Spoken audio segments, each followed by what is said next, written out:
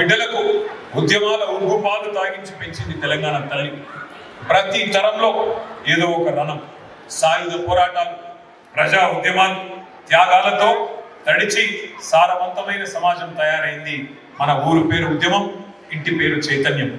పోరాటాలే కాదు, కళాకారులు, చిత్రకారులు, వాగ్గేయకారులు, వైతాళికులు వర్ధిల్లిన సాహిత్య సాంస్కృతిక మాగారం మనది. మహాభారతం, మహాభాగవతం అందించండి.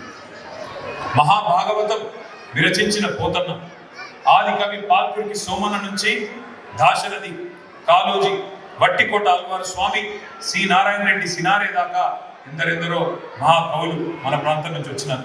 కంచర్ల గోపన్న నుండి గోరేటి ఇంకన్న దాకా ధిక్కార స్వరాన్ని వినిపించిన ప్రజా కళాకారులు ఎందరో. సింగిడి రంగులను పేర్చి పువ్వులను పూజించి ప్రకృతిని ఆరాధించే పండుగ ఈ భూమి మీద ఉన్న ఒకే ఒక్క జాతి తెలంగాణ జాతి అనే విషయం మనం మర్చిపోలేదు.